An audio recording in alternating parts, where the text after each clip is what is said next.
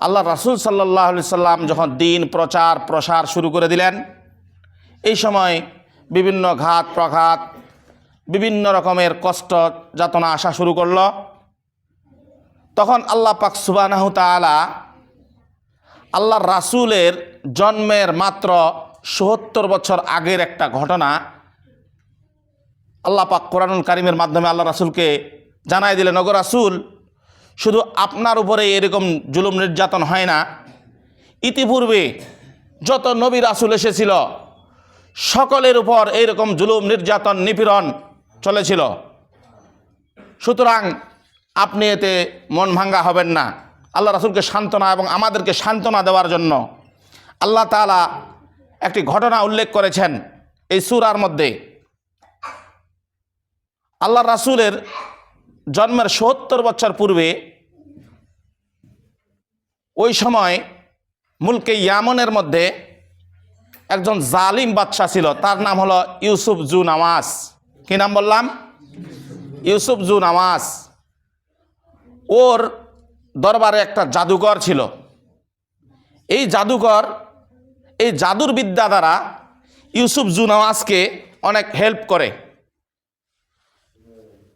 ওই জাদুর বিদ্যা দ্বারা সে তার রাজত্ব টিকায় রাখে।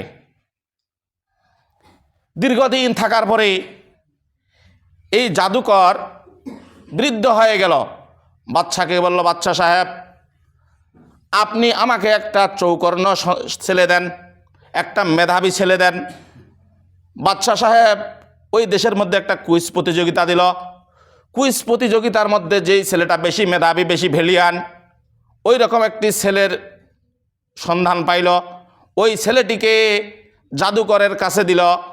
জাদুকর বলছে, হ্যাঁ ঠিক আছে, এই ছেলে চলবে। প্রায় 12-14 বছর বয়স, ছেলেটা খুব মেধাবী। নাম হলো আব্দুল্লাহ ইবনে তামির। তার নাম আব্দুল্লাহ। এই আব্দুল্লাহ ইবনে তামিরকে চয়ন করল। আব্দুল্লাহ ইবনে তামির তার বাসা থেকে ওই জাদুকরের বাসায় ক্লাস করার জন্য যাচ্ছে। মনে করেন সকাল 10টার দিকে যায়, 4টার দিক চলে আসে, এমন অবস্থা। মনে করেন এখান থেকে আপনাদের পঞ্চগড় বাজার পার হয়ে তেতুলিয়া রোড, এতটুকু রাস্তা যাওয়া লাগে জাদুকরের বাড়িতে। এই ছেলে প্রতিদিন নিয়মিত যায় আসে। মাঝখানে পঞ্চগড় বাজারের ওইখানে ধরেন ঈসা আলাইহিস সালাতু ওয়াস সালামের অনুসারী একজন পাদ্রী বলা হয় ওনাকে। তদানীন্তন ওরাই ছিল খাঁটি মুসলমান। ঈসা আলাইহিস সালামের অনুসারী ছিল তিনি। উনি অত্যন্ত আবেদ, জাহেদ, বড় আলেম ছিলেন। ওই ছেলেটা জাদুকর এবং যুবকের বাড়ির মাঝখানে ওই পাদ্রীর গির্জা পড়ে গিয়েছে। ওই পাদ্রী মাঝে মাঝে রাস্তায় পায়চারার জন্য বের হয়। যুবকের সাথে দেখা হয়েছে, যুবকের সাথে কথাবার্তা হয়েছে। পাদ্রীর কথা যুবককে খুব ভালো লেগেছে। যুবক এখন প্রায় সময় ওখানে সময় দেয়।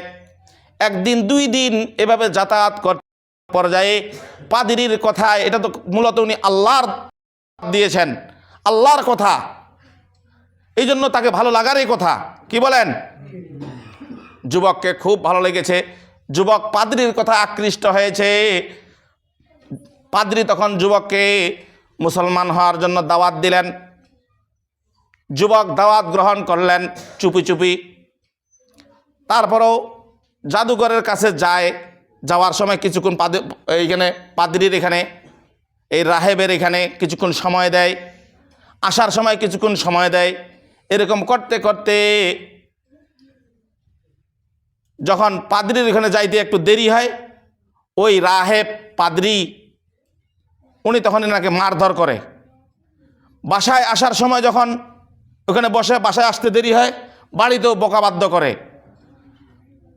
এই অভিযোগ পাদ্রীর কাছে জানাইলে পাদ্রী বলল, তুমি বলবা যে আমার দেরিতে ছুটি হয়েছে। আর বাসা থেকে আসার সময় যখন ওই পাদ্রী তোমাকে মারধর করবে, বলবা যে আমার বাসা থেকে আসতে দেরি হয়েছে, সেটা কোন বাসা হচ্ছে হোক। এরকম একটা যুক্তি শিখায় দিল। এইভাবে চলতেছে। চলতে চলতে একদিন হঠাৎ করে একটা আশ্চর্য ঘটনা ঘটে গেল। এই যাতায়াতের মধ্যে গ্রামের লোক, আশেপাশের লোক এই যুবকটার আব্দুল্লাহ ইবনে তামিরের এমন একটা ফয়েজ উঠে গিয়েছে ইমানের বরকতে, কারণ সে তো মাইর খাচ্ছে, আল্লাহ রাস্তায় মাইর খাচ্ছে। কার রাস্তায় মাইর খাচ্ছে? পাদ্রীর কাছে সময় দেওয়ার কারণে পাদ্রীর কাছেও মাইর খাচ্ছে, আবার জাদুঘরের কাছেও মাইর খাচ্ছে, বাসায়ও বকাবাদ্য খাচ্ছে। এই জন্য এই দ্বীনের পথে উনি মেহনত করার কারণে ওনার ইমানটা আল্লাহ তাআলা এত বরকত দিয়েছেন যে উনি কোনো মানুষকে একটা ফু দিলেই মানুষটা সুস্থ হয়ে যায়। বলেন না সুবহানাল্লাহ। আর উনি জাদুঘরের কাছে যাচ্ছেন আসতেছে, সবাই জানে। ছুটিখাটি ছোটো মোটো কিছু কাজ উনি করতে পারতেছেন, এলাকার লোক জেনে গিয়েছেন। কিন্তু একদিন ঘটনাক্রমে একটা চৌরাস্তার মোড়, চতুর্দিকে রাস্তা, এই চৌরাস্তার মোড়ের মধ্যে বিশাল বড় একটা বাঘ এসে ওখানে দাঁড়িয়ে আছে। চতুর্দিকে মানুষ, রাস্তার মানুষগুলা তারা ব্লক হয়ে গিয়েছে। বাতিটা দেন তো। চতুর্দিকের মানুষগুলা রাস্তা ঝঞ্ঝাট করে ফেলেছে, জাম করে ফেলেছে। কেউ ওই বাঘকে আক্রমণ করার জন্য যায় না। তখন তো আর এখনকার মতো বন্দুক ছিল না। তীর ধনুক দিয়ে যদি ওখানে যায়, কোন দিকে কাকে মারে কোনো কিছু খুঁজে পাচ্ছে না তারা। এক পর্যায়ে মানুষ চতুর্দিকে তকতক লেগে গেল। আর ওই দিক থেকেই আব্দুল্লাহ ইবনে তামির জাদুকরের বাড়ি যাইতেছে, রাস্তায় দেখতেছে অনেক মানুষ। আব্দুল্লাহ ইবনে তামির বলে, আজকে আমি একটা জিনিস ভালো মতো অভিজ্ঞতা অর্জন করতে পারবো। উনি মনে মনে দূর থেকে বলল, একটা পাথর হাতে নিয়ে বলল, আল্লাহ, যদি জাদুকরের ধর্ম সঠিক হয়ে থাকে তাহলে এই পাথরটা নিক্ষেপ করলাম, পাথরটাতে যাতে ওই বাঘটা মারা যায়। এইভাবে বলে পাথরটা নিয়ে যখন নিক্ষেপ করল, কত দূর যেতে না যেতেই পাথরটা পড়ে গেল, বাঘ পর্যন্ত যায় নাই। দ্বিতীয়বার বলতেছে, আল্লাহ, যদি আপনার কাছে ওই রাহেব, ওই পাদ্রীর ধর্ম যদি আপনার কাছে পছন্দ হয়ে থাকে, ওইটা যদি সঠিক ধর্ম হয়ে থাকে, তাহলে ওই পাদ্রীর রবের নামে আমি আজকে এই পাথরটা ছুড়লাম। এইভাবে বলে বিসমিল্লাহ বলে যখন পাথরটা নিক্ষেপ করল, নিক্ষেপ করার সাথে সাথেই ফাঁ করে জঙ্গি বিমানের মতো, বুলেটের মতো যাই লেগে গেল বাঘের গায়ে। বাঘ অমনে পড়ে গেল। পড়ে যাওয়ার সাথে সাথে বাঘ ওইখানে নিমিষেই মারা গেল। বলুন না সুবহানাল্লাহ। যখন এই অবস্থা দেখল, এলাকার লোক বলল, কে মারল, কিভাবে এইটা কাজ সম্ভব হলো? ওরে বাঘ, সবাই তো অবাক, কি করা যায়?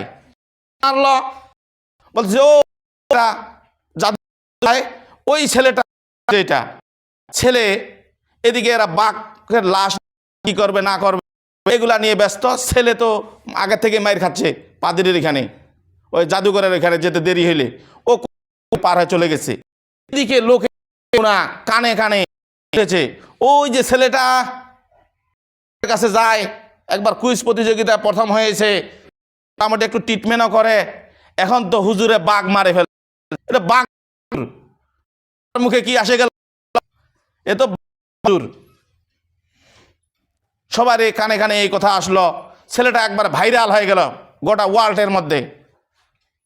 বলতেছে যে এটা ধান্য মরিচ, বাঘ মরিচ এত বড় খান তেমন ঝাল নাই, কিন্তু ধান মরিচ যদি একটা ছোট মরিচ খান তাহলে আপনি মোটরসাইকেলের আগে দৌড়িবেন, ঠিক কিনা? এত স্পিরিট বাড়ে যাবে। বলছে এটা ধান্য মরিচ। এই অবস্থা দেখে আমাদের রফিকুল মাদার ছেলে, কিন্তু লাইফে দেখলাম ফটিক নাজাসায় গিয়েছে, সমস্ত আর কোটঘাট সব ছেলেটাকে শুধু দেখার জন্য। একটা ছেলে এতদিন জেল খাটলো, এইরকম অবস্থা, ভাইরাল হয়। এলাকার আশেপাশে লোক প্রায় ওনার কাছে, হুজুর একটু তদবির করে দেন।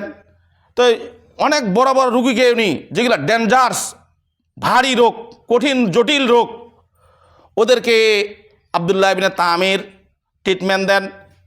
উনি সর্বপ্রথম বলেন, আসলে ভালো করার মালিক কে? আল্লাহ।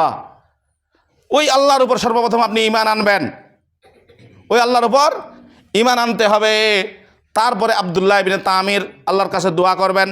উনি মুস্তাজাবুদ দাওয়া ছিলেন, দোয়া করলেই কবুল হতো। যুবক মানুষ, গুনায় লিপ্ত ছিল না, ঈমান আনার কারণে অনেক নির্যাতন সহ্য করতে হয়েছে। এই জন্য আল্লাহ দোয়াও ফেরত দেয় না। যখন এই যুবক মানুষদেরকে এইভাবে ট্রিটমেন্ট দেওয়া শুরু করলো, আশপাশের মধ্যে একটা সুরত হয়ে গেল, সবাই শুনতে পারলো, জানতে পারলো। বাচ্চার দরবারে একজন অন্ধ ব্যক্তি ছিল, ওই অন্ধ ব্যক্তি এই কথা শুনতে পেয়ে ও চলে আসলো আব্দুল্লাহ ইবনে তামিরের কাছে, বাগমারা হুজুরের কাছে। হুজুর, আপনি তো অনেককেই অনেক ট্রিটমেন্ট দিচ্ছেন, বাঘ মারে ফেলতেছেন, আপনি আমার চোখগুলা একটু ভালো করে দিতে পারেন নাকি? দেখেন যে আসলে বাবা আমি তো ভালো করতে পারি না। আহকামুল হাকিমিন আরহামুর রাহিমিন, সমস্ত ডাক্তারের ডাক্তার হলেন আল্লাহ। বলুন সুবহানাল্লাহ। আল্লাহ সুস্থতা দান করবেন। এই আল্লাহর উপর যদি আপনি ঈমান আনেন, আমি দোয়া করব, তবেই আপনাকে হয়তো আল্লাহ আরোগ্য দান করতে পারেন। ঠিক আছে হুজুর, ঈমানেই তো আনতে হবে। ঠিক আছে, আমি ঈমান আনলাম। ও ঈমান আনলো অন্ধ ব্যক্তিটি। ঈমান আনার পরে আব্দুল্লাহ ইবনে তামির দোয়া করলেন। দোয়া করার সাথে সাথে তার চক্ষু ভালো হয়ে গেল। কাঁদে